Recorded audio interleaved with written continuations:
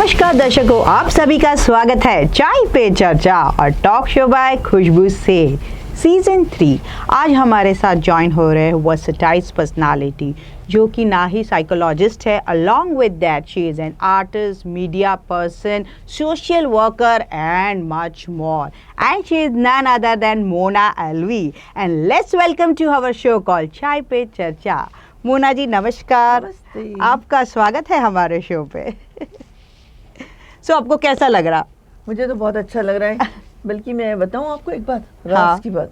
जब मैं आप एंटर हुई आपके स्टूडियो के लिए, तो मुझे एकदम से बड़ी मस्त सी जूही की खुशबू आई, फिर चमेली की आई, फिर रात की रानी की। तो मैंने कहा ये खुशबू कहाँ से महक रही है?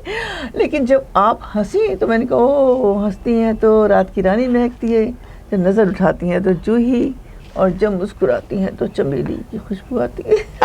Thank you. आप शायर हैं अंदाज से। अंदाज से नहीं, पक्की वाली बहुत पुरानी क्रॉनिक शायरा हूँ। शायरा, कवित्री, सब कुछ हूँ। सो मतलब आप इतने सारे करियर्स अपने कैसे मैनेज करती है according professionally being an psychologist along with this doing all this thing? तो क्या राज है? आपने तो पूछा है, लोग तो बेहोश होने लगते हैं। हाँ। और यकीन नहीं करते हैं, एक्सेप्ट नहीं करते हैं, डाइजेस्ट नहीं करते हैं कि एक पर्सन ऐसा भी सब कुछ कर सकती है। यकीन कीजिए, लोग समझते नहीं। लोग तो पहले मुझसे, अब से 20 ईयर्स पहले कहते थे कुछ भी नहीं कर सकती, शक्ल है बस। तो उसी दिन मुझे अकल आई कि अकल मुझे दिखाना है कि शक्ल के पीछे अकल भी होती है, सिर्फ शक्ल नहीं होती। बस मेरी जर्नी वहीं से स्टार्ट हो गई। और जो टैलेंट मेरे अंदर थे, मेरे हस्बैंड ने और मेरे बेटे ने, बच्चे ने साथ दिया, और मैंने सब वो किया जिसमें उनको किसी तरह की शिकायत ना हो। राइट। तो they are their support system. और इसके लिए आपने जो राज पूछा कि रीज़न क्या है इतनी सारी चीज़ें मैनेज करने का, उसके लिए एक तो पहले चाहिए जुनून, फिर चाहिए आपको टैलेंट, फिर चाहिए टाइम मैनेजमेंट, और फिर वो प्लेजर और हैप्पीनेस जो अपनी फैमिली को आप दे रहे हो, तब आपको रियल प्लेजर मिलता है। That's good, very nice.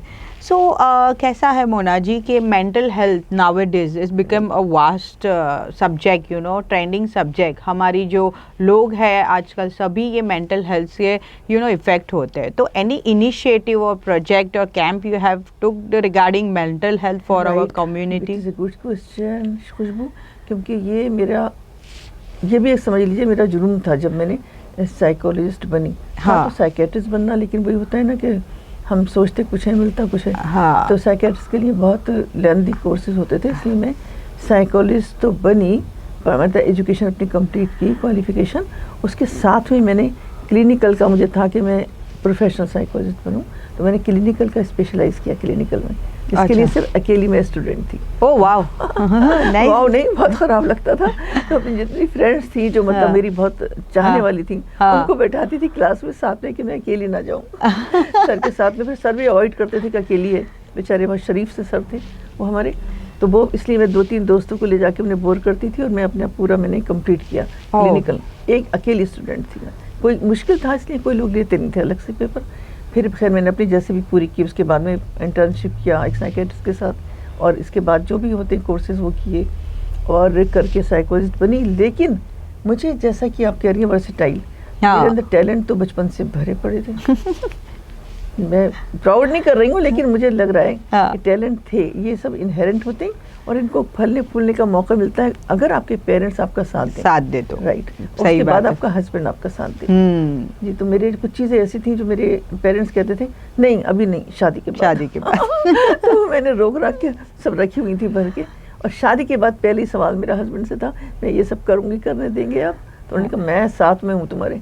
और हर प्रोग्राम में कोई कह नहीं सकता पूरे बॉम्बे में मेरे हस्बैंड मेरे साथ ना जाते हों। अपना ऑफिस से बेचारे जल्दी आते थे 7 बजे से पहले, जिस दिन मेरा प्रोग्राम होता था, और साथ जाते थे। तो वो वही बहुत बड़ी सपोर्ट सिस्टम, बहुत बड़ा सपोर्ट माशाल्लाह। नहीं, उसमें वो मतलब एक रिकॉर्डिंग्स में नहीं जाते थे, लेकिन स्टूडियो जनरली कोलाबा साइड में है। तो सॉरी, मैं उनके ऑफिस है उनका वहीं मरीन ड्राइव पे था, मरीन लाइंस पे। तो वो उसमें मेरे लिए वो तो मुझे पिक करते थे स्टूडियो से, या मैं उनके ऑफिस जाके उनके सर पे बैठ जाती थी। वाह, वेरी गुड। मतलब एक तालमेल हस्बैंड वाइफ का होना चाहिए, अंडरस्टैंडिंग, बॉन्डिंग होनी चाहिए, बॉन्डिंग, बैलेंस लाइफ। तो मैंने कहा टाइम मैनेजमेंट और लाइफ को बैलेंस लेके चलो, आप लॉन्ग कुछ कर सकते हो। जैसे कि मेरा 30 इयर्स हो गए, लेकिन आपने लोगों के लिए भी बहुत किए हैं, many workshop for mental health. Mental health की बात की ना, वही बता रही हूँ। तो मैंने मेंटल हेल्थ मेरी पीछे हट गई। हाँ। और सारी जो हॉबीज़ थी वो इतने सारी जगह बढ़ गई मैं, हाँ। कि मुझे लगा कि मेरी क्वालिफिकेशन बेकार ना जाए। मैंने इतनी मेहनत से क्लिनिकल और सब किया हाँ। था, तो फिर मैंने शाम के टाइम में स्टार्ट किया। ओह वाह। हाँ जी, मेरे एक गुरु थे साइकेट्रिस्ट डॉक्टर खन्ना, हाँ, एस एल हाँ। खन्ना, जिन्होंने मुझे इंटर्नशिप किया था। वो मुझे पेशेंट भेजते थे। फिर डॉक्टर्स बांद्रा के कुछ थे वो पेशेंट्स, तो मैंने सोचा कि मैं सिर्फ लेडीज़ और बच्चों का करूँगी काउंसलिंग। इसके पीछे भी एक अलग कहानी, वो जाने दीजिए।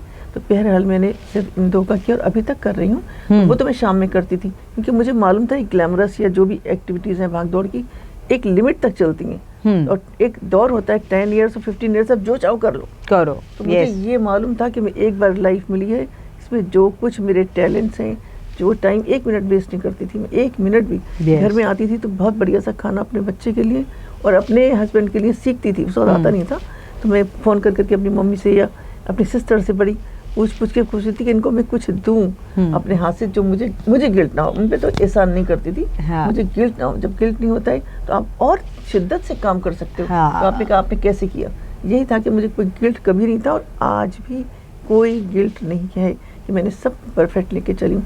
मेरी बड़ी बड़ी रिकॉर्डिंग्स आती थी, मुझसे कहा जाता था कि आप थर्सडे और सैटरडे आइए।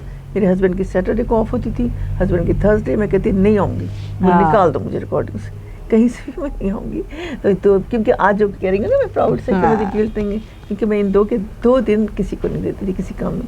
उसके बाद मैंने कैसे किया होगा। फिर सोशल लाइफ भी थी, तो उसके बाद जब मैं थोड़ा ये काम लगा कि अभी रेडियो टीवी के हो ही गया कि अब थोड़ा अलग डिफरेंट टाइप का रेडियो, जो पब्लिसिटी में एडवर्टीजिंग में आप देख रहे हैं, सब डिफरेंट टाइप के काम शुरू हो गए। मतलब अलग टाइप का ट्रेंड बदल गया। तो मेरी जो क्वालिफिकेशन थी, मेरी जो एजुकेशन थी, साइकोलॉजिस्ट, जिसको मैंने छोड़ा नहीं था, शाम को करती थी। हाँ। क्योंकि मुझे ऐसा लगता था जब मैं अगर करना चाहूँगी तो लोग कहेंगे ये तो अभी तो मीडिया पर्सन थी, ये साइकोलॉजिस्ट कैसे बन गई। तो ये मेरे दिमाग में फोरसाइटेडनेस उसी टाइम से थी। तो मैं करती रही कि लोग एकदम अचानक से ये ना सोचें। तो वो चीज़ मेरे काम आई। सब डॉक्टर से मैं काफ़ी इंट्रोड्यूस हो चुकी थी, और सारे पेशेंट से थी इंट्रोड्यूस। सब जानते थे कि साइकोलॉजिस्ट भी हैं, भले ही बहुत से लोग एक्सेप्ट नहीं करते थे, जिन मैं उनकी परवाह भी नहीं करती थी। उसके बाद जब पता चलता था, बड़े बड़े अच्छे अच्छे किस्से हुए। कभी कभी तो ये होता था कि कोई नेबर मेरे पास जो पहचान की थी पुरानी, हमने घर शिफ्ट किया, पहले पाली हिल पे थे, फिर कार्टर रोड पे आए। तो वो आई, किसी ने डॉक्टर ने मुझे उनको किया रेफ़र कि एक साइकोलॉजिस्ट हैं, बहुत काबिल हैं, उनके बच्चे ने सुसाइडल अटैम्प्ट किया था। तो मेरे पास आई, जब उन्होंने मेरा डोर खोला, देख मैं खड़ी हूँ, हाँ आप, और एकदम ऐसा लगा जैसे बेहोश हो जाएंगे। मैंने कहा जी मैं, आप साइकोलॉजिस्ट भी हो? मैंने कहा जी हाँ हूँ, तो अगर आप आना चाहो। या मैं वर्सेटाइल हूँ। फिर उसके बाद एक कहानी ख़त्म हुई कि उन्होंने एक्सेप्ट करने में टाइम लगा। फिर ऐसा लगा कि उन्होंने 10 पेशेंट्स मुझे और भेजे। अच्छा, अब आते हैं मेंटल हेल्थ। मेंटल हेल्थ जी, तो मुझे ना मेंटल हेल्थ के ऊपर शायद रेयर उस टाइम में कोई 10 साल पहले जानते हो लोग, मैं वही प्राउड नहीं कर रही, मैं अवेयरनेस बता रही हूँ कि मुझे अवेयरनेस थी, क्योंकि मैं पढ़ती रहती थी बाहर के सबके जनरल्स, और ये जनरली पब्लिक में नहीं था कि अभी भी बहुत से लोगों में अवेयरनेस नहीं है कि मेंटल हेल्थ क्या है। तो मेंटल हेल्थ और मेंटल डिसऑर्डर को कंफ्यूज करते हैं। Yes yes, they think they are similar. हाँ जी, कि मेंटल हेल्थ जब मैंने जिक्र किया कुछ लोग अपने क्लब के सामने लोगों के मेंबर्स के, या कुछ कि मैं मेंटल हेल्थ पे काम करना चाहती हूँ, बहुत सी कमेटीज़ की मैं रह चुकी थी चेयरपर्सन अपने क्लब में, पास्ट प्रेसिडेंट भी हूँ। तो मैं एजुकेशन कमेटी और कल्चरल कमेटी बहुत सी की थी साथ में, मेरे हस्बैंड ही उसके फाउंडर प्रेसिडेंट। ओह वाह। लेकिन उसके बाद वो डर के हमारे कुछ के कहीं ना कहीं बीवी का फेवर कर रहे हैं, मेरा कभी सपोर्ट नहीं करा। मैं तनहा खड़ी होती थी लाइन्स में, अकेली अपनी लड़ाई लड़ी मैंने। तो फिर मैंने कहा मैं मेंटल हेल्थ पे काम करना चाहती हूँ। तो मुझसे कहा गया कि वो हम जाते हैं ना कोशिश इसमें उसमें, और सॉरी बहुत सारे हम मेंटल पेशेंट्स का काफ़ी कुछ काम करते हैं। मैंने कहा नहीं, मेंटल डिसऑर्डर्स और मेंटल हेल्थ डिफरेंट चीज़ें हैं। तो मैं मेंटल हेल्थ पे काम करना चाहती हूँ। तो काफ़ी 1-2-3 साल लगे समझाने में लोगों को कि मेंटल हेल्थ क्या है, उसकी कितनी ज़रूरत है हमें। फिर मेंटल हेल्थ कमेटी बड़ा उसके साथ स्टार्ट की। माशाल्लाह मेरे क्लब की मैं बहुत एहसानमंद हूँ, थैंकफुल हूँ कि मेरे मेंबर्स ने, जो सीनियर्स थे, उन्होंने मिलकर डिसाइड किया कि मेंटल हेल्थ कमेटी स्टार्ट करेंगे। फिर जब क्या आप हमारे दर्शकों को एकदम शॉर्ट में मेंटल हेल्थ और मेंटल डिसऑर्डर के, श्योर मैं उसी पे आ रही हूँ खुशबू। तो मेंटल हेल्थ पे जब काम किया तो बहुत से मैंने प्रोजेक्ट्स किए, स्कूल्स के पैनल्स पे हूँ। तो वार्ड की एच वार्ड की एग्जीबिशन होती है, इसमें करीब समझ लीजिए 30-45 स्कूल्स होते हैं। उनके बच्चों को लेके मैंने मेंटल हेल्थ पे काम किया कि इतने सारी मुझे वेराइटी बच्चों की मिल रही है बच्चों के ऊपर। तो पहला मेरा प्रोजेक्ट था रिलीजन इज़ ए ह्यूमैनिटी। या ह्यूमैनिटी इज ए रिलीजन। इसको मैंने प्रूव किया बच्चों को बुला के। बहुत इंटरेस्टिंग था कि एक दूसरे के रिलीजन के बारे में जानकारी हो, हमें नॉलेज। तो जैसे कोई भी किसी आप हैं तो आप इस्लाम के बारे में पढ़ के और बोलो, और दिए सर्टिफिकेट दिए लाइंस के सब। फिर दूसरा किया नो योर सेल्फ। अब आ रही हूँ आपके मेंटल हेल्थ वाले आपके टॉपिक पे कि मेंटल हेल्थ और मेंटल डिसऑर्डर में क्या डिफरेंस है। देखिए जैसे एक टॉपिक मैंने था अपने प्रोजेक्ट में किया जिसमें मुझे HR ने ओनर भी किया, उसका था कि नो योर सेल्फ। और मैं अपने सारे जो देखने वाले मेरे व्यूअर्स हैं उनसे कहना चाहूँगी कि पहले ही मेंटल हेल्थ कहाँ से स्टार्ट होता है। डिसऑर्डर तो बहुत बात की चीज़ है, मेंटल हेल्थ स्टार्ट कहाँ से होती है, नो योर सेल्फ। आप अक्सर देखिए जानते होंगे खुशबू कि हमारे पर्सनैलिटी के 3 कलर होते हैं, 3 टाइप्स होती हैं। एक तो वो पर्सनैलिटी जो गॉड ने, भगवान ने हमें दे के भेजा दी है। एक पर्सनैलिटी वो जो लोग हमें बता देते हैं कि तुम ये ऐसी है, ये ऐसी है, ये ऐसी। हाँ। तो आप कंफ्यूज हो जाते हो कि क्या मैं ऐसी हूँ, मैं तो ऐसी नहीं हूँ, मैं तो ऐसी नहीं हूँ। और एक वो जो आप अपने बारे में सोचते हो, लेकिन जो रियल पर्सनैलिटी है उसके बारे में शायद एक टाइम पे आप जान ही नहीं पाते, वो कहीं पीछे छुप जाती हैं सब चीज़ों की। दुनिया की जो आपके बारे में राय है और जो आपकी अपने बारे में राय है उसके पीछे आपकी रियल पर्सनैलिटी छुप जाती है। तो मेंटल हेल्थ वहीं से स्टार्ट होता है। Mental health is a state of mind जो आपको बताती है कि रियल में आप क्या हो, who are you and society reality क्या है। तो वहाँ पहचानने के लिए मेंटल हेल्थ आता है। इसलिए लिए सबसे पहले मैं सबसे कहना चाहूँगी कि आप अपने बारे में पहचानो, थोड़ा टाइम दो डेली, तो आपको मेंटल डिसऑर्डर आएंगे ही नहीं। अब उसके लिए आपको इतना ईमानदार होना पड़ेगा, अपनी वीकनेसेस, अपनी क्वालिटीज़ दोनों को बैलेंस रख के सोचिए। और सोचने के बाद अपने अंदर एक छोटा सा खाना रखिए फॉरगिवनेस का। अगर मेरी क्वालिटीज़ कम हैं, किसी के पास ज़्यादा हैं, तो मेरे पास और जो चीज़ें हैं उनसे कवर अप कीजिए। ऐसा नहीं है सबके पास क्वालिटी सेम, सब डिफरेंट हो सकते हैं। Everybody has their own pros and cons. Right, किसी से कोई कम नहीं होता है, डिफरेंट हो सकते हैं। इसमें मैं नहीं कहती मैं बहुत कुछ हूँ, इतना मैंने सबके वाकई बहुत किया है, लेकिन मैं सबसे ज़्यादा नहीं हूँ, मैं सबसे डिफरेंट हो सकती हूँ।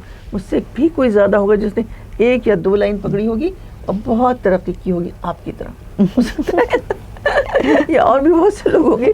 तो लेकिन मैंने वैरायटी को चुना क्योंकि मेरा थोड़ी सी मैं तनक मिजाज थी।